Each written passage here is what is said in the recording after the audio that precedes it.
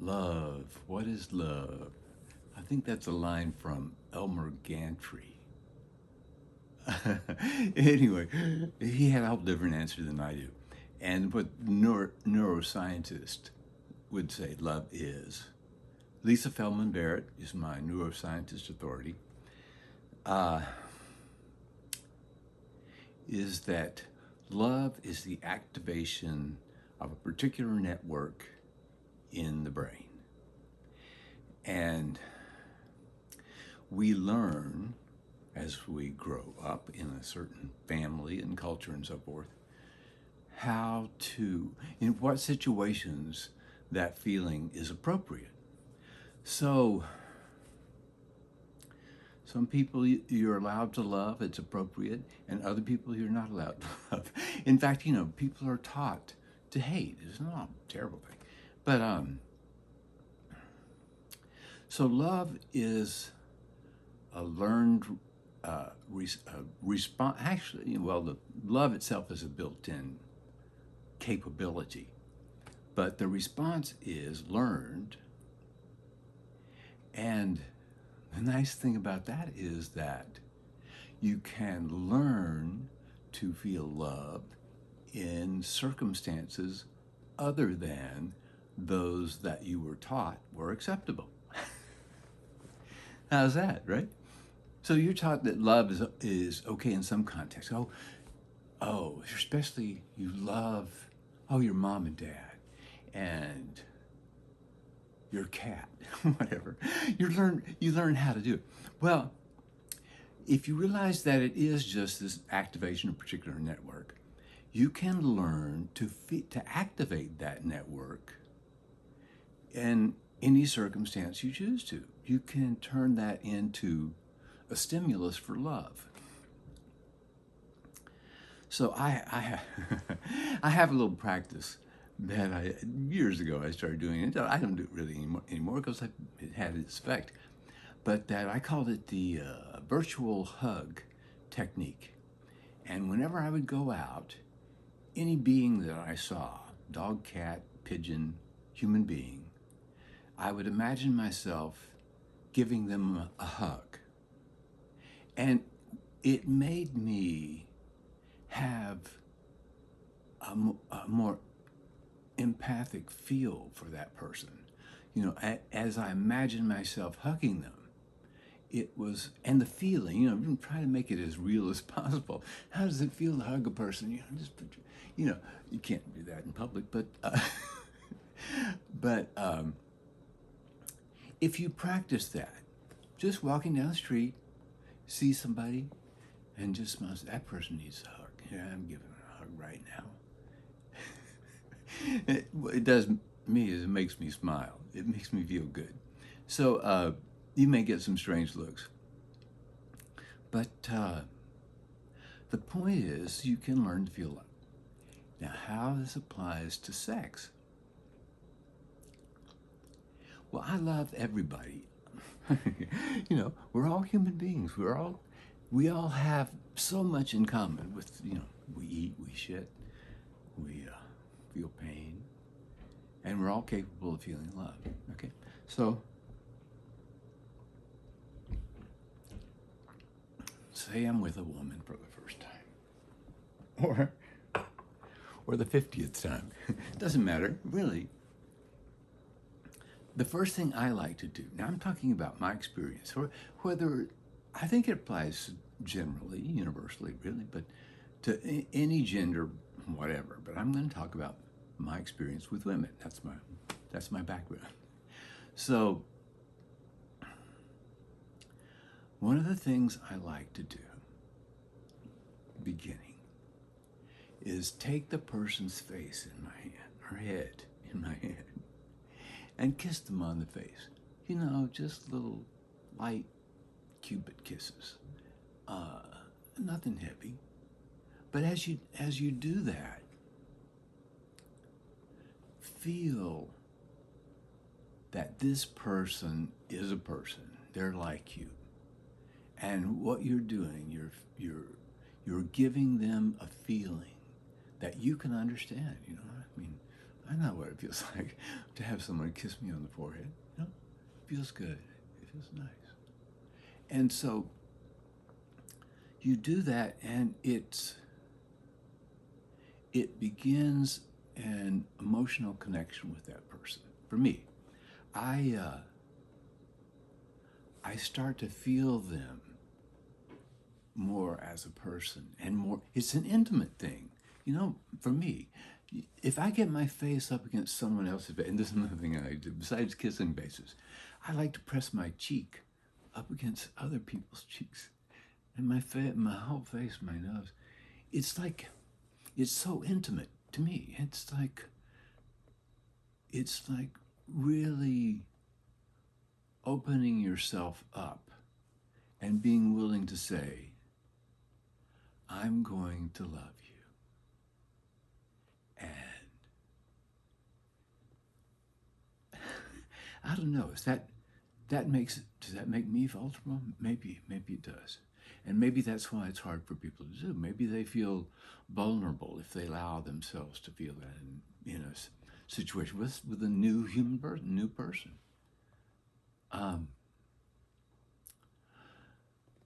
So it takes, in a way, a certain amount of courage to expose your love for someone and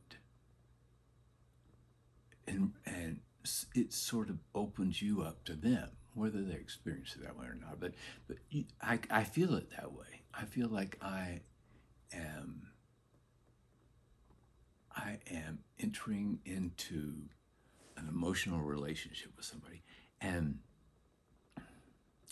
I think really the whole thing about, well, love like establishes that connection if you can feel that love, but it's it's the intimacy and the feeling of intimacy, and at the same time we get into momentarily a sexual arousal. Uh, it's the intimacy of it to me is something that is desirable in and of itself. I I've been talking to friends lately about being love deprived as a child, and maybe I was, um, and maybe I am just starved for that feeling now. I don't know, but it feels so good to me to love someone. I mean, it's just a fabulous feeling, and to feel like they're open to you feeling this with them and trying to convey that in touch. So there are so many ways you can go with this, but so starting with the face, and like I start off, lightly. It's sort of like a getting acquainted thing, and it's all like a matter of sort of creating trust that I'm a gentle person. I'm not going to do anyone harm, and so that's the beginning of that. So you start with that emotional connection, and then I allow myself then to start enjoying their face in a more passionate way. Like it's wonderful to just touch someone and kiss their face and put my face against theirs. But then if you start getting a little tongue involved and more tongue, and it's like it's nice to introduce this gradually. I think people can be shocked, but if you start out with little cupid kisses and you get a little more wet with the tongue part, and then you ease into just fucking licking their face. And if you just confront that with somebody with that, if you just grab them and start licking their face, it takes some getting used to.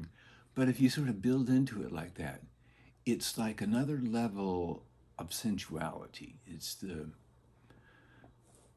that level of contact of having someone's tongue, which is very intimate, inside your mouth, in contact with someone else's face, which is also very intimate. Your face is, you protect that thing, right? Um, so that's like intensifies the the emotional connection, the fact that I'm doing something that feels good to you, and you're allowing yourself to respond to that. You open yourself up to letting that feeling happen. And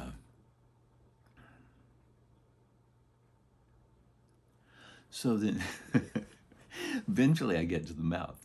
And mouths are wonderfully like pussies. You've got these lips and the tongue and all this wonderful moisture and stuff. And a lot of people, this is my preference, a lot of people maybe like go into like this passionate tongue thrusting thing. I don't, but I'm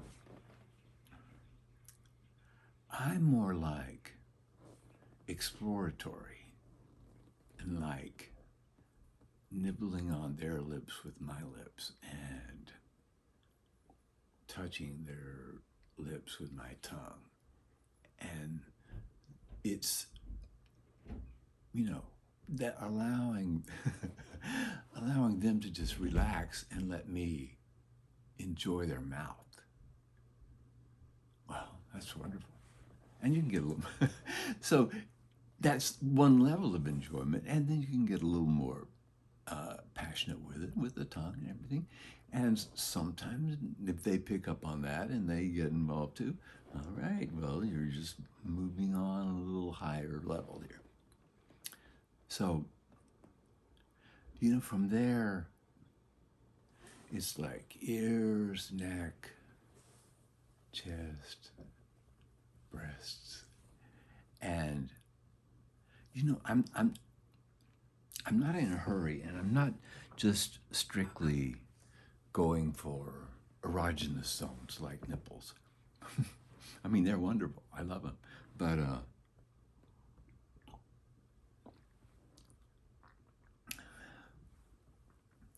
there's so many wonderful textures involved. Like depending on the size, of course.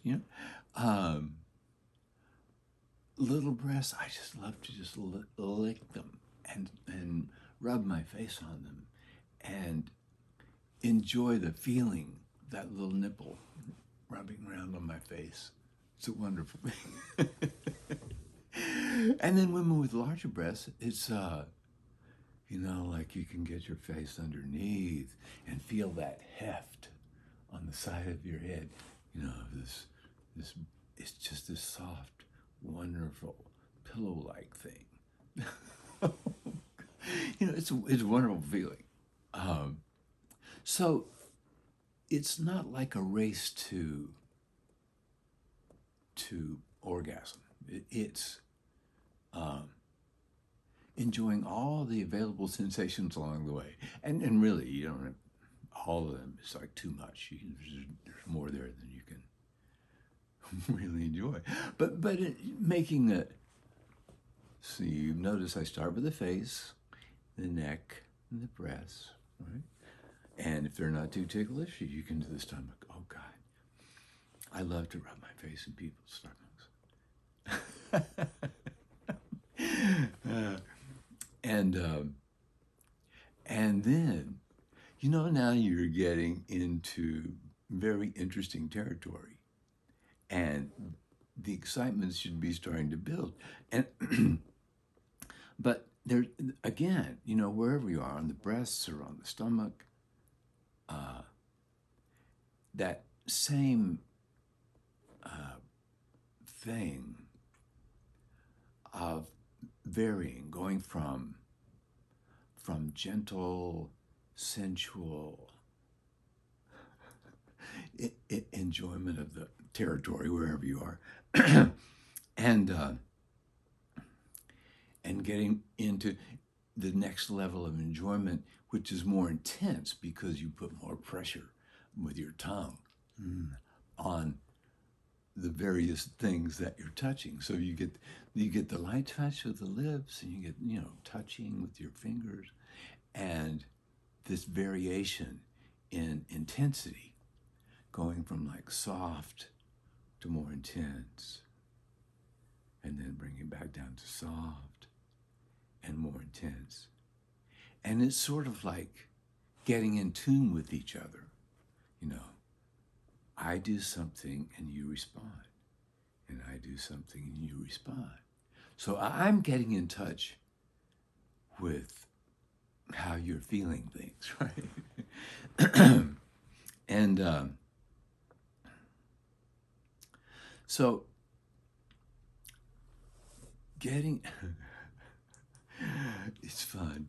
The anticipation adds to the excitement. There's a building thing that there's, I don't know, it's kind of fun. Maybe you just go and dive straight for the pussy and get them off, and that's start there. Okay, that's okay. You can start there, but go back and do all that other stuff too, because it's just too much, and you get this build up and this increasingly engaged connection. And that's intimacy. It's like brain to brain. My brain does something and your brain responds. It's connection. It's just an incredible connection. So, when you get to the pussy, God, so much to explore. And I approach it like that. I come into the edge from the outside, and I have to press my face against the labia and just feel that pressure. Oh, and then, kissing and licking that area between the thigh and the groin, labia. That area is, oh God, so sweet and sensitive. You get your tongue in there and lick that really good, and it's just exquisite. And I think this works equally in reverse, men and women. I mean, I like it when people do that to me, all of that stuff. Yeah, turn me on and build it up. Yeah, I love that. But like, the beauties of female genitalia.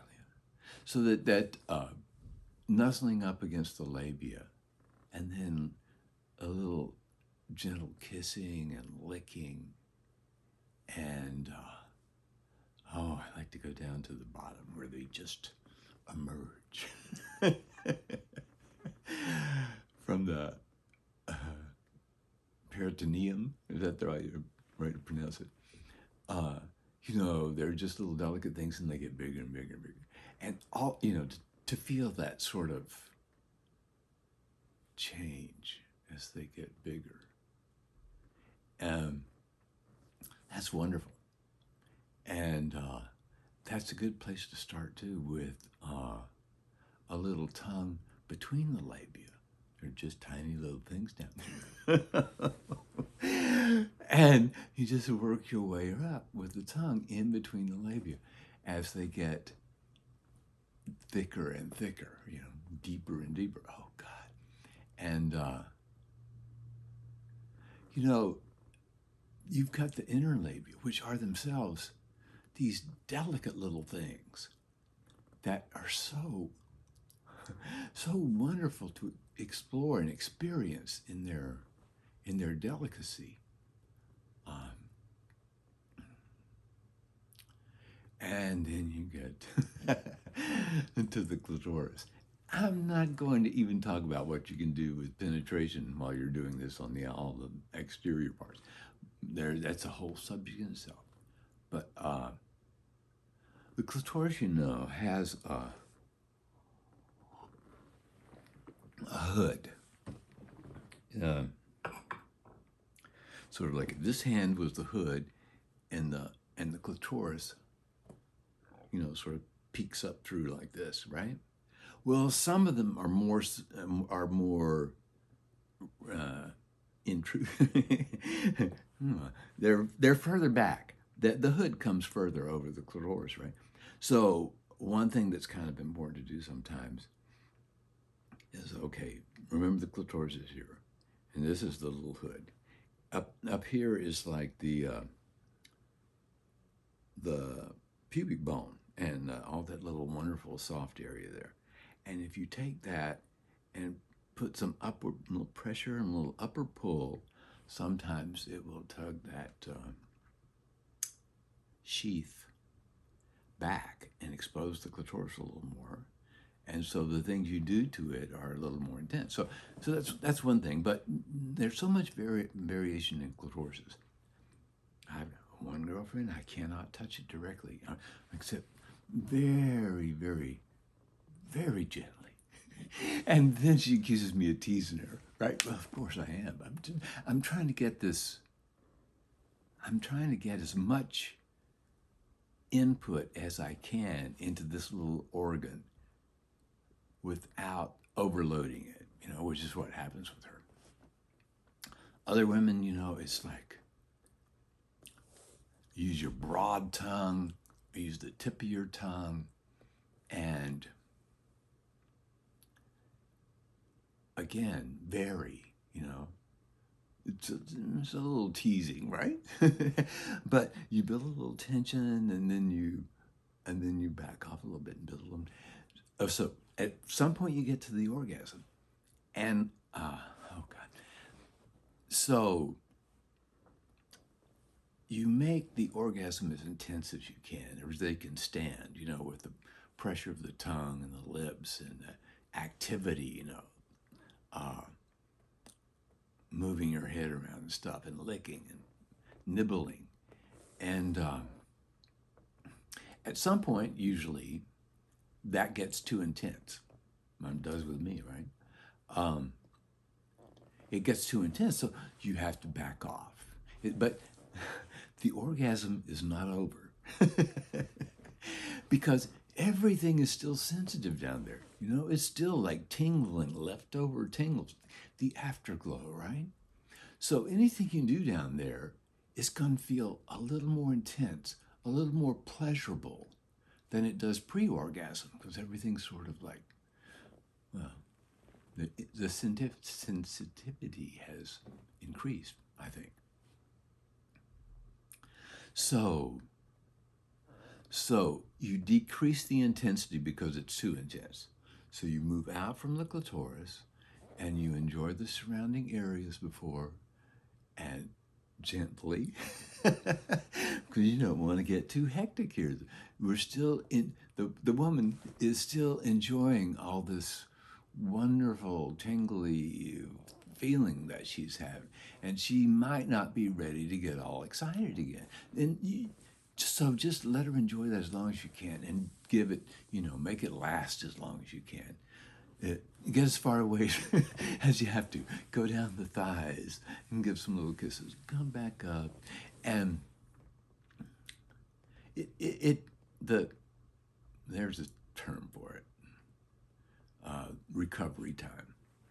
It varies a lot between people. My one girlfriend, it's like 2 hours between orgasms. She's got it down. But then she has these amazing fucking orgasms, and it takes her 2 hours to recover. But but other women, it's like you just spend a little time in the periphery and let things settle down a little bit, and then start working your way back in again. And you can just start the whole process over again. And it's like, it just flows from one orgasm to another orgasm, like waves.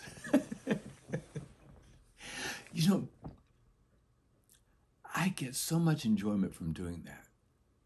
It's like the ability to make a person feel that, to be transported like that, and to have that connection, to be able to control your input so that what they feel is different. And then you shift your input another way, and what they feel is different. And so there's this communication. My mouth to her genitals to her brain. And, of course, my brain's running the mouth, right? So, but now that is an intimacy, and like I say, I'm so empathic. I feel every little shudder they have. It's wonderful, and so there's that part, and then there's from my side, it's like all the tactile things that I get. All these sensory organs I have here have all sorts of wonderful experiences through this whole process. It's okay. So I think that covers as much as I want to today. There's the vaginal part, which if you don't know, is not all this whole pussy. It's just from the vaginal opening to where it melds with the cervix, right? So that's the vagina, and there's lots of interesting things that happen in there, which maybe I'll talk about another time. Okay, so I've enjoyed talking about this. I mean, I get a chance to sort of relive my own experiences and enjoy them, as you may notice by the amount that I'm laughing. So, I hope you've laughed a little too, and if not, maybe next time. Anyway, enjoy your life. Have a great life, and I'll see you on the internet or something. Bye.